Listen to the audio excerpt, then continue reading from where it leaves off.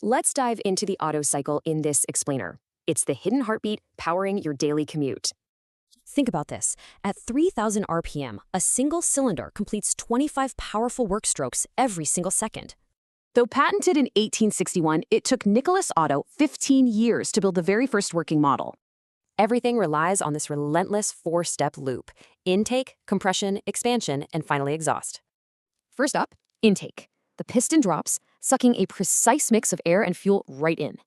Next, compression. The piston violently rises, squeezing the mixture in a highly pressurized isentropic process.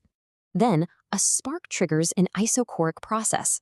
The fuel ignites while the volume remains perfectly constant. Boom! The combustion creates a massive pressure spike, forcing the piston down in the power stroke. Lastly, the exhaust stroke. The piston rises again, pushing all that waste gas out into the atmosphere.